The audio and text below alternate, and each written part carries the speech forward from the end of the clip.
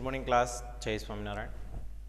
આજે આપણે ધોરણ 12 કોમર્સ વાણિજ્ય વ્યવસ્થા અને સંચાલનની અંદર યુનિટ નંબર 4ની શરૂઆત કરશું કે જેમાં આપણે પ્રશ્ન નંબર 5 તરફ આગળ વધીએ છીએ. જય સરદાર સ્કૂલ ગુંડવરથી આપનું હાર્દિક સ્વાગત છે. તો મિત્રો પ્રશ્ન નંબર 5 કે જેની અંદર આપણે કાર્ય અનુસાર વ્યયતંત્ર છે એની સમજૂતી આપણે મેળવશું. કાર્ય અનુસાર વ્યયતંત્રની અંદર કઈ કઈ બાબતોનો સમાવેશ થાય છે એની આપણે વિગતવાર છે એની ચર્ચા અહીંયા કરવામાં આવશે. બરાબર. તો ક્વેશ્ચન નંબર 5,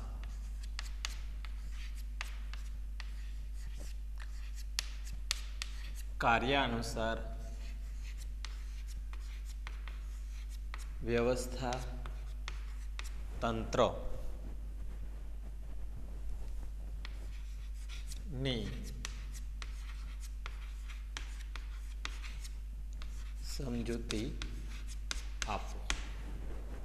બરાબર. કાર્ય અનુસાર વ્યવસ્થા તંત્ર. હવે મિત્રો ખાસ યાદ રાખજો કે આપણને જે વ્યવસ્થાતંત્રના જુદા જુદા પ્રકારો છે એમાંનો એક પ્રકાર એટલે કાર્ય અનુસાર વ્યવસ્થાતંત્ર. આગળના પ્રશ્નની અંદર આપણે વાત કરી ચૂક્યા હતા કે ભાઈ વ્યવસ્થાતંત્ર છે એના જુદા જુદા પ્રકારોનો સમાવેશ થાય છે. બરાબર. એ પ્રકારોની અંદર એક પ્રકાર કાર્ય અનુસાર વ્યવસ્થાતંત્રનો પણ છે, જેમાં જુદા જુદા પ્રકારોની અંદર આપણે વાત કરી હતી. બરાબર ને. તો એક રેખિક વ્યવસ્થાતંત્ર, પછી વિધિસ્તર વ્યવસ્થાતંત્ર, વૈદિક વ્યવસ્થાતંત્ર, અવૈદિક વ્યવસ્થાતંત્ર, કાર્ય અનુસાર વ્યવસ્થાતંત્ર અને શ્રેણિક વ્યવસ્થા તંત્ર. આ તમામ પ્રકારના જે વ્યવસ્થા તંત્રો છે એમાંનું એક વ્યવસ્થાતંત્ર એટલે કાર્ય અનુસાર વ્યવસ્થા તંત્ર. હવે મિત્રો ખાસ યાદ રાખજો, આ વ્યવસ્થાતંત્ર છે એની વિસ્તૃત સમજ આપણે અહીંયા મેળવી લઈએ. પહેલા આપણે અર્થ જોશું.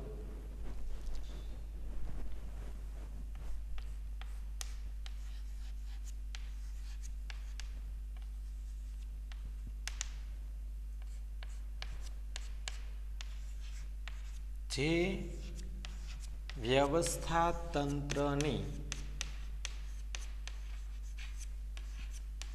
રચના કાર્ય અનુસાર કરવામાં આવે તેને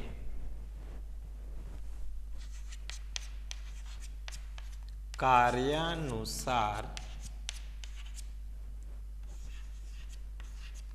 વ્યવસ્થા તંત્ર કહે છે.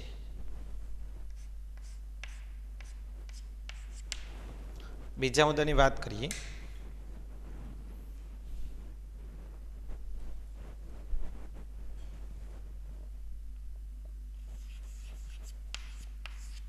એકમમાં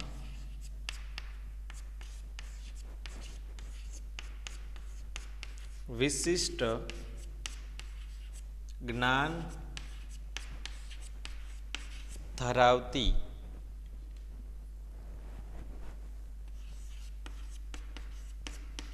જે તે વ્યક્તિઓને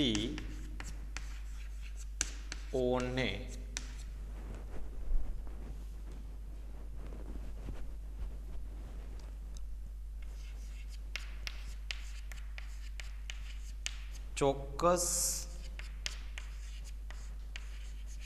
કાર્યની વહેંચણી કરવામાં આવે છે.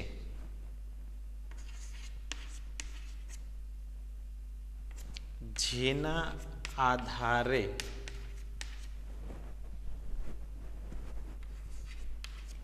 જે વ્યવસ્થા તંત્રની રચના થાય તેને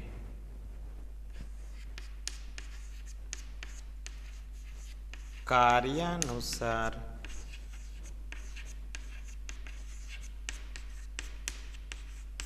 વ્યવસ્થા તંત્ર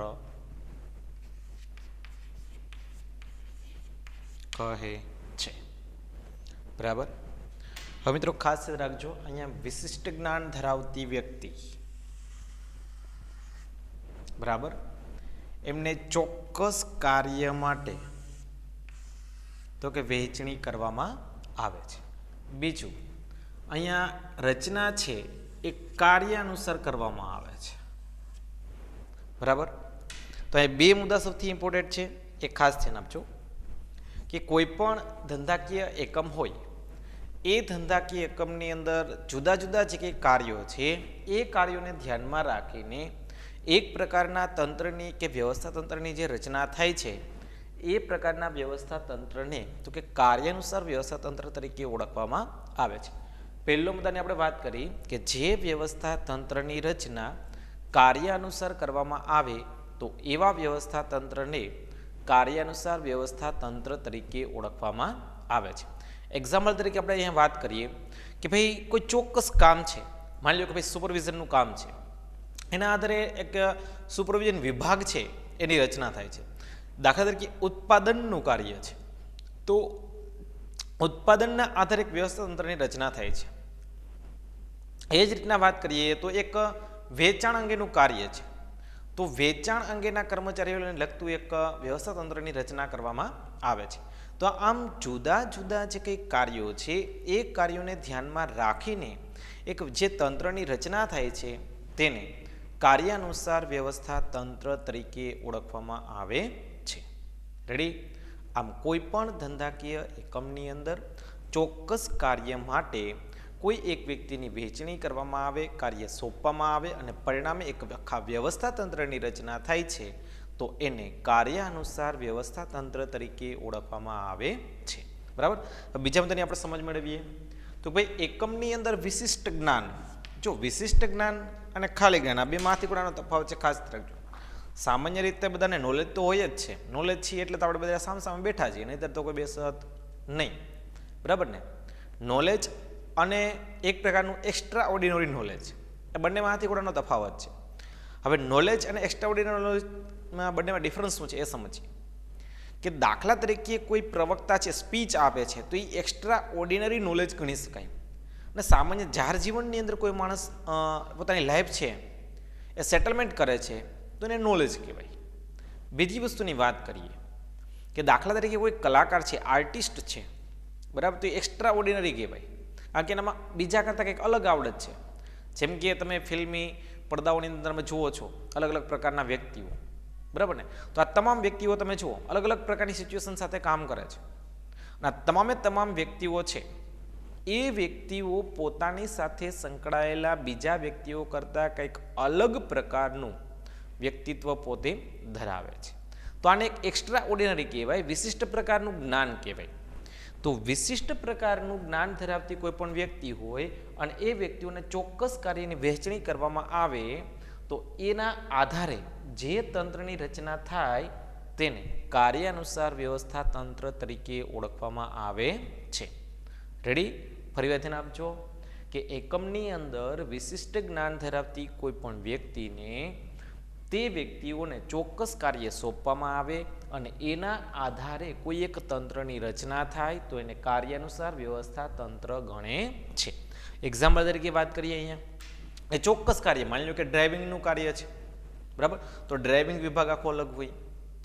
દાખલા તરીકે વાત કરીએ તો ખરીદી વિભાગનું કાર્ય છે, તો આમ ચોક્કસ કાર્ય સોંપવામાં આવે કે જે વ્યક્તિને જે જ્ઞાનનું નોલેજ છે, બરાબર, જે કામ અંગેનું નોલેજ છે એ વ્યક્તિને કામ સોંપવામાં આવતું હોય તો એ પ્રકારના એક તંત્રની રચના થાય તો એને રૈખિક વ્યવસ્થા તંત્ર તરીકે ઓળખવામાં, કાર્યાનુસાર વ્યવસ્થા તંત્ર તરીકે ઓળખવામાં આવે છે.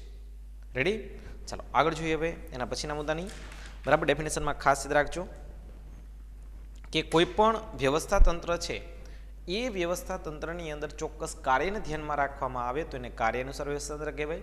પછી વિશિષ્ટ જ્ઞાન ધરાવતી વ્યક્તિને ચોક્કસ કાર્ય માટે કોઈ કાર્ય સોંપવામાં આવે અને પરિણામે જે તંત્રની રચના થાય તો એને પણ કાર્ય અનુસાર વ્યવસ્થા તંત્ર તરીકે ઓળખવામાં આવે છે. રેડી? હવે આગળ આપણે વાત કરશું અહીંયા તો કે સમજૂતીની. બરાબર?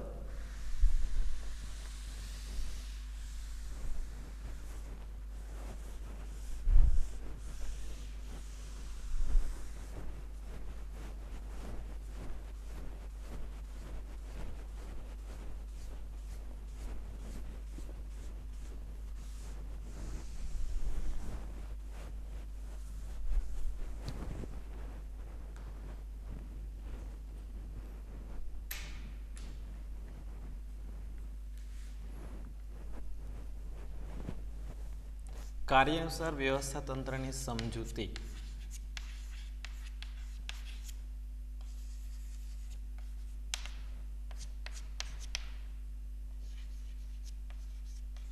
અહીં કાર્યને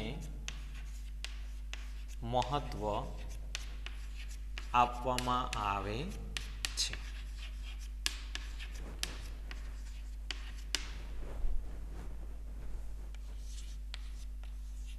જેથી એકમમાં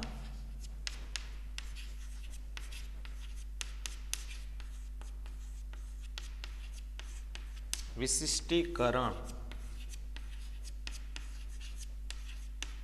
અપનાવી શકાય છે. બરાબર. મુદ્દા નંબર 2 ની વાત કરીએ.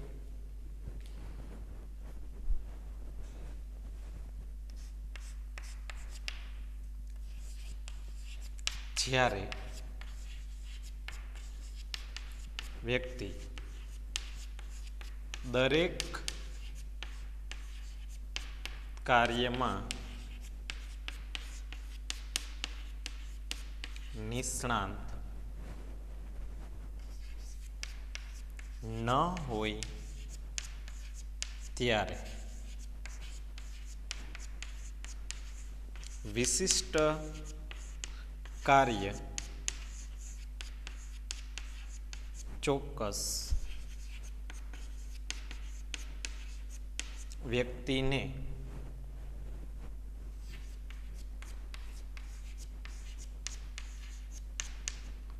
સોંપવામાં આવે છે.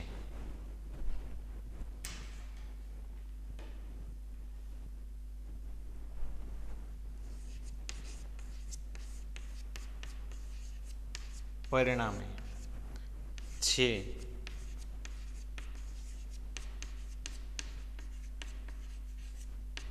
વ્યવસ્થા તંત્રની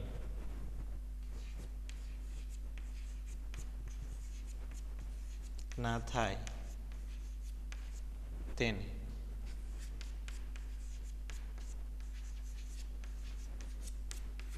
કાર્યાનુસાર વ્યવસ્થા તંત્ર કહે છે. બરાબર. તમને હવે મિત્રો એક ખાસ યાદ રાખજો, તમને એક આપણે શરૂઆતમાં વાત કરી હતી એ ડેફિનેશન હતી. બરાબર. જેમાં આપણે 2 ડેફિનેશન લખાવેલી હતી. એ 2 ડેફિનેશનમાંથી તમારે કોઈ એક ડેફિનેશન છે એ સિલેક્શન કરવાની હોય છે. મીન્સ કે તમને 1 માર્કનો પ્રશ્ન પૂછે કે ભાઈ કાર્ય અનુસાર વ્યવસ્થા તંત્ર એટલે શું, તો તમે જે 2 ડેફિનેશન લખાવેલી હતી એમાંથી તમે કોઈ પણ એક ડેફિનેશન છે એ લખી શકો છો, અને બંને લખો તો પણ વાંધો નથી. પછી 2 ગુણનો પ્રશ્ન પૂછવામાં આવે તો 2 ગુણના પ્રશ્નની અંદર તમારે એ બંને મુદ્દા લખવા હોય તો પણ તમારા 2 ગુણ છે ઇનફ છે. બીજું, તમને 2 ગુણનો પ્રશ્ન પૂછવામાં આવે છે ત્યારે તમારે એક ડેફિનેશન લખવાની છે, એની સાથે 2માંથી કોઈ પણ એક મુદ્દો તમારે અહીંયા લખી શકાય. બરાબર. તો એ મુદ્દો તમે લખો છો ને ત્યારે તમારા 2 માર્ક છે એ કમ્પ્લીટલી થઈ જાય છે. બરાબર. હવે અમુક મુદ્દાઓ છે આપણે સરળતાથી યાદ રાખવા માટે તો કે ભાઈ એને છે એ અંડરલાઈન કરવી અમુક પ્રકાર માટે. બરાબર. એક જેમ કે કાર્યને મહત્વ આપવામાં આવ્યું, બીજું વિશિષ્ટકરણ અપનાવી શકાયું આ પહેલા પેરેગ્રાફની અંદર. બીજું તો કે દરેક કાર્યમાં વ્યક્તિ છે શું હોય તો કે નિષ્ણાંત ન હોય તો શું થાય તો કે વિશિષ્ટ કાર્ય છે કોને, બરાબર, એ વિશિષ્ટ વ્યક્તિને સોંપવામાં આવતું હોય છે.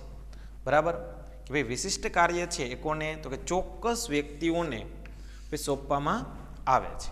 તો પરિણામે એક આખા તંત્રની રચના થાય છે. તો આવા વ્યવસ્થા તંત્રને શું કહેવાય તો કે રૈખિક વ્યવસ્થા તંત્ર તરીકે ઓળખવામાં આવે છે. બરાબર. ફરીવાર મિત્રો ધ્યાન આપજો અહીંયા રૈખિક વ્યવસ્થા તંત્ર. બરાબર. કે એકમની અંદર કોઈ પણ કાર્ય છે એમને વિભાગને મહત્વ નથી આપતું.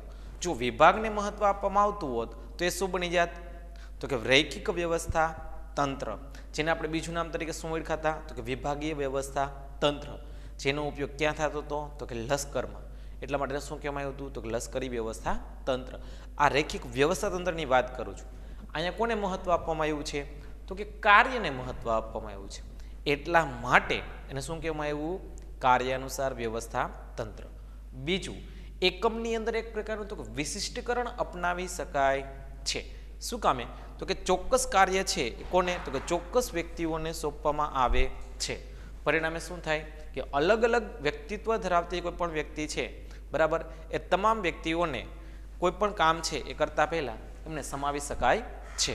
બરાબર. એટલે આમ કોઈ પણ કાર્યને મહત્વ આપવામાં આવતું હોવાથી તેને એક કાર્યાનુસાર વ્યવસ્થા તંત્ર તરીકે ઓળખવામાં આવે છે. બીજું કે દરેક વ્યક્તિ છે દરેક કાર્યમાં નિષ્ણાંત ન પણ હોય. આપણને ખબર જ છે કે બધા વ્યક્તિને બધું આવડતું હોય તો દુનિયા ક્યાંય પહોંચી હોય, પણ એવું થતું નથી. શું કામે? તો કે દરેક વ્યક્તિ દરેક કાર્યમાં નિષ્ણાંત હોય પણ નહીં. તો શું થાય કે બધા કાર્યો બધા વ્યક્તિ છે બધા જાતે કરી શકતા નથી. અમુક કાર્યો એવા છે કે જે પોતે જાતે કરી શકે છે, અમુક કાર્યો એવા છે કે જે જાતે કરી શકતો નથી. તો શું કરવું પડે? તો કે અમુક પ્રકારના કાર્યો કરવા માટે બીજા વ્યક્તિની જરૂર પડે. એટલે કે ચોક્કસ કાર્ય માટે ચોક્કસ વ્યક્તિની જરૂર પડી. તો આ ચોક્કસ કાર્ય માટે તમે જે ચોક્કસ વ્યક્તિની જરૂર પડી એ વ્યક્તિને તમે વ્યવસ્થા તંત્રની અંદર સમાવેશ કરો છો. તો આવા વ્યવસ્થા તંત્રને તો કે કાર્યાનુસાર વ્યવસ્થા તંત્ર તરીકે ઓળખવામાં આવે છે. રેડી? ફરીવાર ધ્યાન આપજો કે ભાઈ અહીંયા કાર્યને મહત્વ આપવામાં આવે છે, તો કે વિભાગને મહત્વ આપવામાં આવતું નથી. અહીં એક પ્રકારનું વિશિષ્ટીકરણ અપનાવી શકાય છે. બીજી વસ્તુની વાત કરીએ તો જ્યારે કોઈ પણ વ્યક્તિ છે એ દરેક કાર્યમાં નિષ્ણાંત નથી હોતો ત્યારે કોઈને કોઈ કાર્ય છે કોઈ વ્યક્તિઓને સોંપવામાં આવે છે. એટલે મીન્સ કે અલગ અલગ કાર્ય છે અલગ અલગ વ્યક્તિઓને સોંપવામાં આવે. પરિણામે એક ચોક્કસ પ્રકારના વ્યવસ્થા તંત્રની રચના થાય, જેને આપણે શું કીધું? તો કે કાર્યાનુસાર વ્યવસ્થા તંત્ર. આપણે એક્ઝામ્પલ તરીકે વાત કરીએ અહીંયા કે ભાઈ એકમની અંદર મશીનરી ઉપર કામ કરતા વ્યક્તિઓ છે, બરાબર. આમાંથી કદાચ કોઈ બાલાજી વેફર્સ છે એ ફેક્ટરીની મુલાકાત લીધેલી હશે, તમને ખબર હશે કે જે બટેટા છે, બરાબર, એનો ટ્રક આવે છે અને ગુણ છે એ ઉતરી જાય સ્ટોર ડિપાર્ટમેન્ટની અંદર, બરાબર.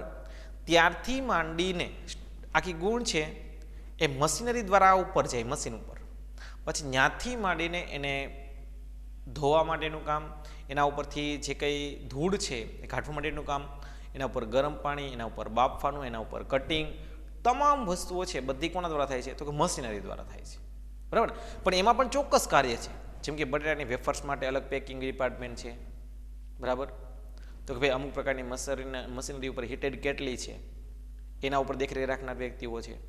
અમુક ડિપાર્ટમેન્ટ એવો છે કે જે માત્ર ને માત્ર બોક્સ છે, બરાબર, એને યોગ્ય સ્થળેથી યોગ્ય સ્થળે મૂકવા માટેનું કામ કરે છે. તો અહીંયા છે ને ચોક્કસ કાર્ય ગણી શકાય, જેમ કે મશીનરી ઉપર દેખરેખ રાખનાર વ્યક્તિ, ઓપરેટર વ્યક્તિઓ, બરાબર. તો અહીંયા જે જરૂરિયાત મુજબ જે કંઈ વ્યક્તિઓ છે એને ચોક્કસ કાર્ય સોંપવામાં આવે છે. આપણે એક ફેક્ટરીની વાત કરી એવી રીતે અલગ અલગ કંપનીઓ હોય, બરાબર. જેમ કે કન્સ્ટ્રક્શન ડિપાર્ટમેન્ટને લગતી હોય, બરાબર, સિમેન્ટ ઉદ્યોગને લગતી હોય, કોઈ લોખંડ પુલાને લગતી હોય. તો આ તમામ પ્રકારની જે કંઈ કંપનીઓ છે એ ચોક્કસ કાર્યને ધ્યાનમાં રાખીને ચોક્કસ કાર્યને સોંપવામાં આવે છે. તો આ પ્રકારની જે કંઈ વ્યવસ્થા કરવામાં આવે એને કાર્યાનુસાર વ્યવસ્થા તંત્ર તરીકે ઓળખવામાં આવે છે. શું કામે? તો કે અહીંયા ચોક્કસ કાર્ય છે એ ચોક્કસ વ્યક્તિને સોંપવામાં આવે છે.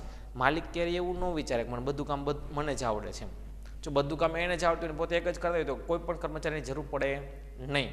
તમે ક્યારે એવું વિચાર્યું કે આવડી મોટી કંપની હોય, વિશાળ કંપની હોય અને વિશાળ કંપનીની અંદર કંપનીના ઓનર છે ને ખુદ એકલા જ કામ કરતા હોય, બરાબર. ગેટ કીપરથી માંડીને એમના સીઈઓ સુધીનું ટોટલી કામ ખુદ એક જ કરતા હોય. હા, કરી શકાય. નાનું એકમ હોય ને તો પેઢી સ્વરૂપનું એકમ હોય ને ત્યાં કરી શકાય, બરાબર. દાખલા કે પ્રોવિઝન સ્ટોર છે તો પ્રોવિઝન સ્ટોરનો ગેટ મીન્સ કે તમે જે દરવાજો કદાય તો દરવાજો જે કંઈ કહેતા હોય, બરાબર, એ દરવાજો ખોલો ને છેલ્લે બંધ કરો ને હિસાબ કરીને ત્યાં સુધીનું કામ એક જ વ્યક્તિ કરતો હોય. પણ હવે એમાંય આપણે શું કર્યું હતું કે એમાંય કર્મચારી રાખવા માંડ્યા છે માણસો, કે મોટી પ્રોવિઝન સ્ટોર હોય અને કસ્ટમરોની સંખ્યા વધતી હોય તો બે વ્યક્તિઓ તો વસ્તુઓ છે લેવા દેવા માટે રાખેલા હોય, પોતે ખુદ હિસાબ જ કરતો હોય અને પેમેન્ટ જ કરતો હોય, બસ બે જ વસ્તુ, બરાબર ને. તો અહીંયા જે વસ્તુ જોવા મળે છે ચોક્કસ કાર્ય માટે ચોક્કસ વ્યક્તિઓને સોંપણી કરવામાં આવે છે. તો ચોક્કસ કાર્ય માટે ચોક્કસ વ્યક્તિઓની જે પ્રકારની વ્યવસ્થાતંત્રની રચના થાય છે તો આ પ્રકારના વ્યવસ્થા તંત્રને કાર્યાનુસાર વ્યવસ્થા તંત્ર ગણવામાં આવે છે. રેડી? આપણે વાત કરીએ સમજૂતીની અંદર રચના, બરાબર. બીજો મુદ્દો રચના.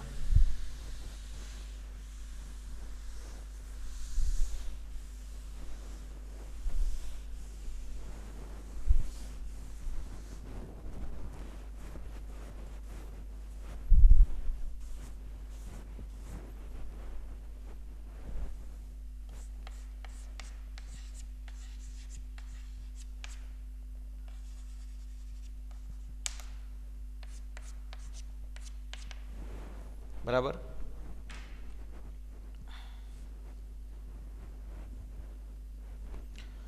એમાંની આ પ્રશ્ન તમને અલગ રીતે પણ પૂછાઈ શકે, યાદ રાખજો કે કાર્ય અનુસાર વ્યવસ્થાતંત્રની રચના સમજાવો 3 માર્ક્સની અંદર.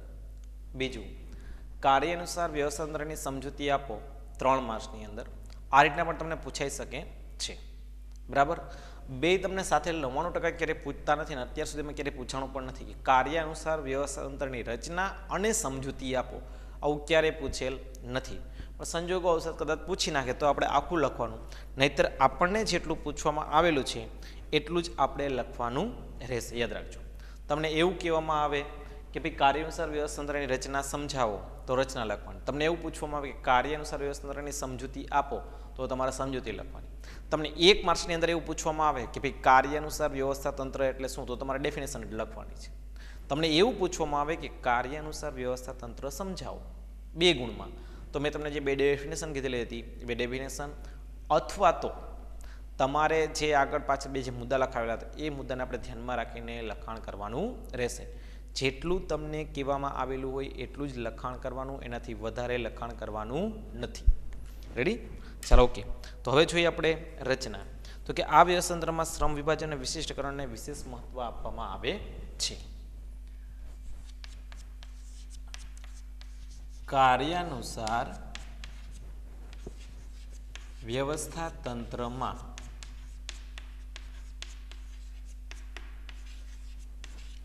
વિશિષ્ટીકરણ અને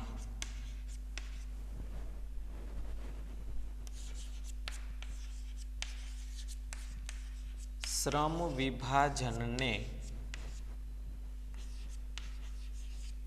વધુ મહત્વ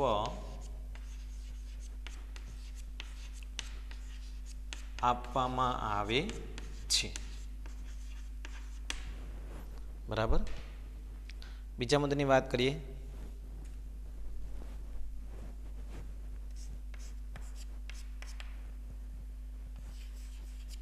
આ વ્યવસ્થાતંત્રમાં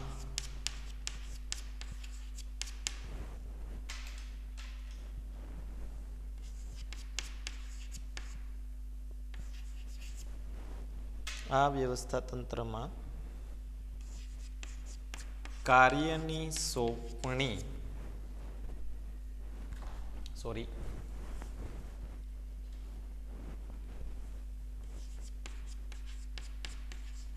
સત્તાની સોંપણી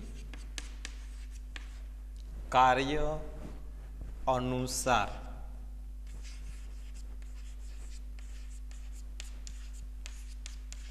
કરવામાં આવે છે. કાર્ય અનુસાર કરવામાં આવે છે. બીજું,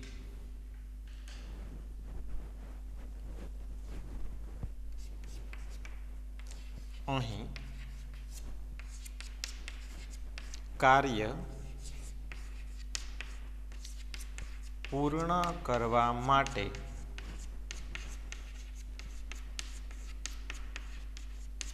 નિષ્ણાત વ્યક્તિઓની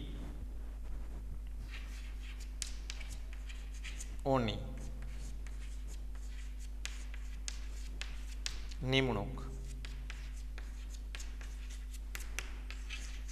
કરવામાં આવે છે. બરાબર. અહીં યાદ રાખજો, નિષ્ણાત વ્યક્તિ. બીજું તો કે ભાઈ શ્રમ વિભાજન અને વિશિષ્ટીકરણ. અને એના પછીના મુદ્દાની અંદર તો કે સત્તા સોંપણી છે એ કેના આધારે, તો કે કાર્ય અનુસાર. આ 3 મુદ્દા.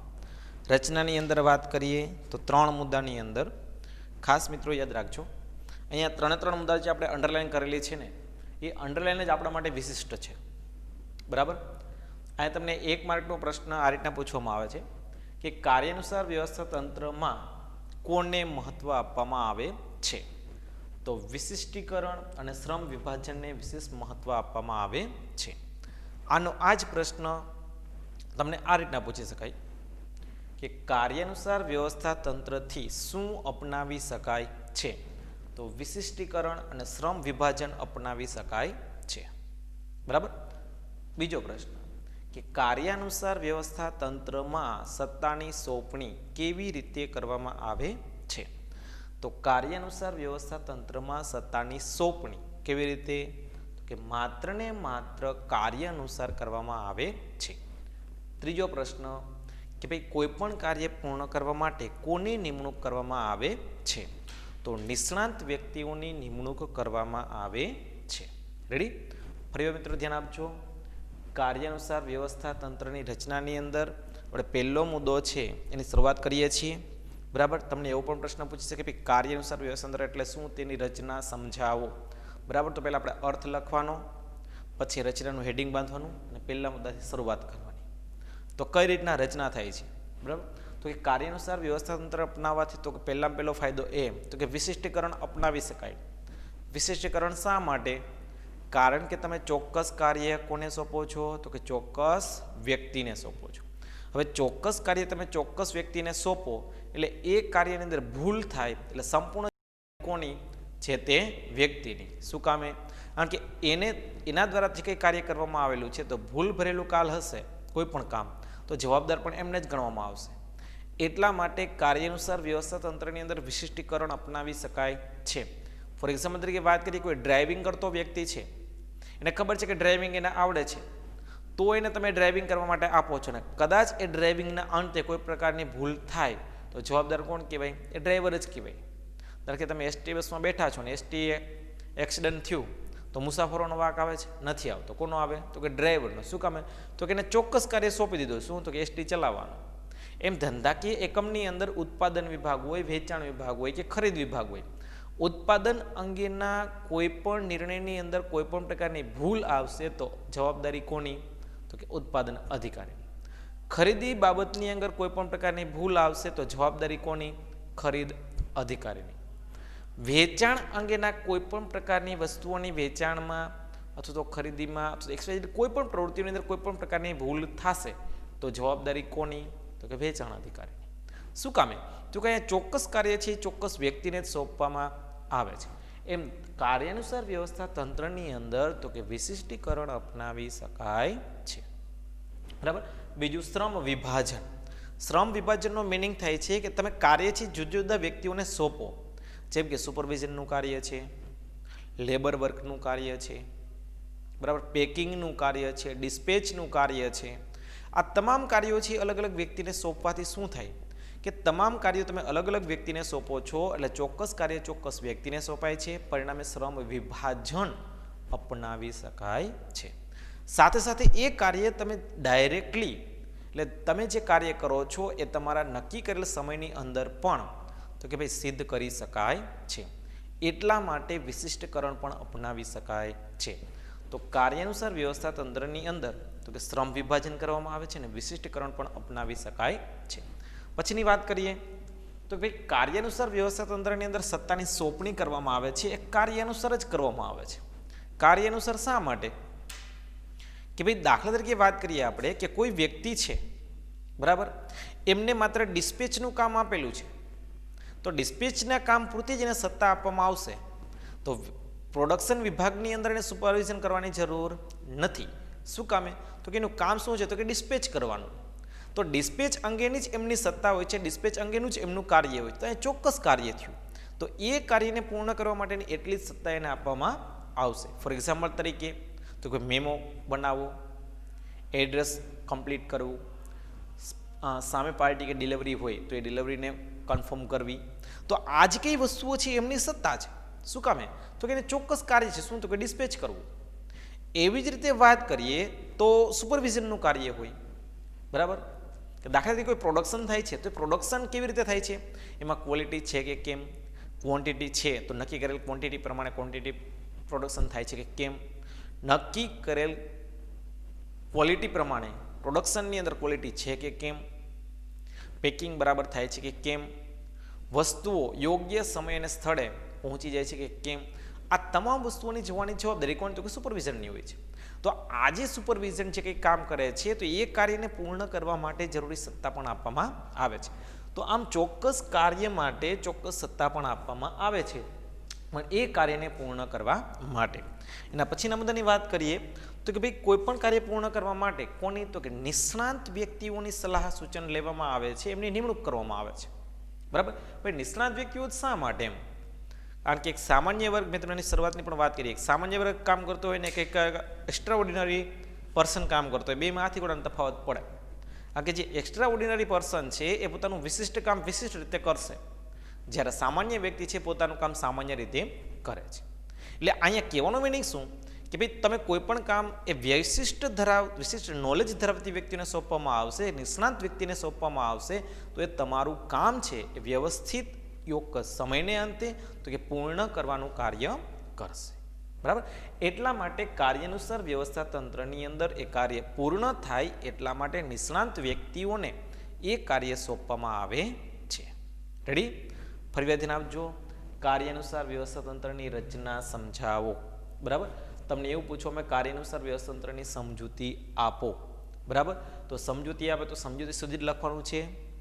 બીજો પ્રશ્ન, તમને રચના પૂછે તો તમારે અહીંથી શરૂઆત કરવાની રહેશે, જેમાં આપણે 3 મુદ્દા કમ્પ્લીટ કર્યા. તો કે પહેલા ભાગની અંદર તો વિશિષ્ટીકરણ અપનાવી શકાય છે અને શ્રમ વિભાજન અપનાવી શકાય છે. બીજો મુદ્દો તો કે આ વ્યવસ્થાતંત્રમાં સત્તાની સોંપણી તો કે કાર્ય અનુસાર કરવામાં આવે છે. ત્રીજો મુદ્દો તો કોઈ પણ કાર્ય પૂર્ણ કરવા માટે તો કે નિષ્ણાંત વ્યક્તિઓની શું તો કે નિમણૂક કરવામાં આવે છે. રેડી? ચલો ઓકે, હવે આગળના મુદ્દાની આપણે ચર્ચા કરીએ.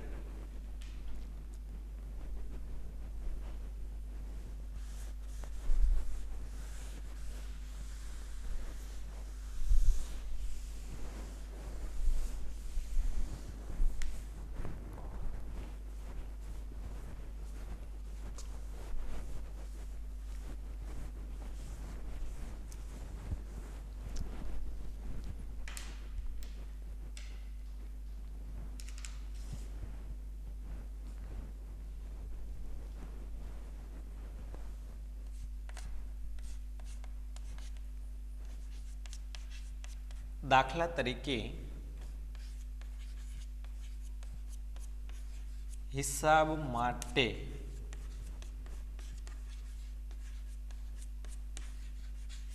હિસાબી અધિકારી. બરાબર. બીજી વસ્તુની વાત કરીએ તો કાર્યાનુસાર વ્યવસ્થા તંત્રમાં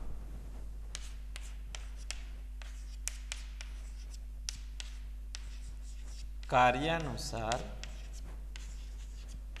વ્યવસ્થા તંત્રમાં સમગ્ર એકમને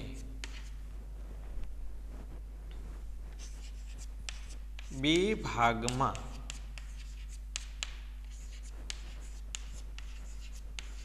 વહેંચવામાં આવે છે. કોને? કે કાર્યાનુસાર વ્યવસ્થા તંત્રમાં. એક વહીવટી વિભાગ, એક વહીવટી વિભાગ, બે કારખાના વિભાગ. બરાબર.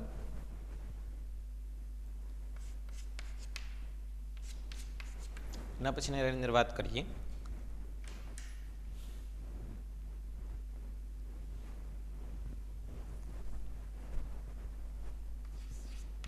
જે એકમમાં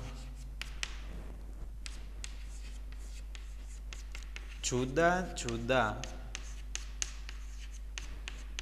કાર્યો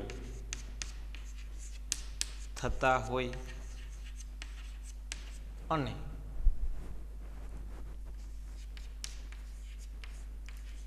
કાર્યનું પ્રમાણ વધુ હોય ત્યાં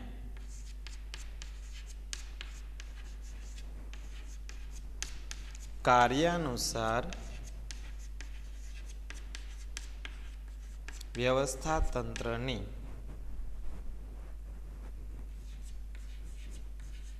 રચના કરવામાં આવે છે. રેડી? હવે અહીંયા એક મિત્રો ખાસ યાદ રાખજો કે તમારી પાસે જે કંઈ મુદ્દાઓ છે ને એ મુદ્દાઓની દરેક જગ્યાએ 1 માર્કનો પ્રશ્ન છે, બરાબર? જેમ કે આપણે વાત કરીએ કે ચોક્કસ કાર્ય ચોક્કસ વ્યક્તિઓને સોંપી શકાય, જેમ કે હિસાબનું કાર્ય છે એ ચોક્કસ કાર્ય છે, તો એના માટે કોની નિમણૂક કરી? તો કે હિસાબ અધિકારીની, બરાબર? તો કાર્યાનુસાર વ્યવસ્થા તંત્ર છે એ પોતાના એકમને કેટલા ભાગમાં? તો કે બેને 2 ભાગની અંદર વહેંચવામાં આવે છે. 1 માર્કની અંદર પૂછવામાં આવતો પ્રશ્ન કે ભાઈ કાર્યાનુસાર વ્યવસ્થા તંત્રને કેટલા ભાગમાં વહેંચવામાં આવે છે? તો 2 ભાગમાં વહેંચવામાં આવે છે. તમને એવું પૂછે કે કયા કયા ભાગમાં વહેંચવામાં આવે છે? તો વહીવટી વિભાગ અને બીજું કારખાના વિભાગ, બરાબર?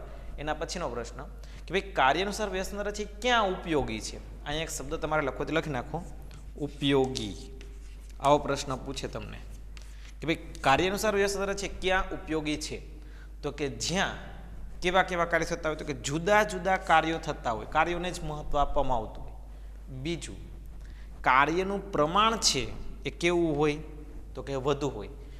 એવા એકમોની અંદર શું? તો કે કાર્યાનુસાર વ્યવસ્થા તંત્ર ઉપયોગી બને છે.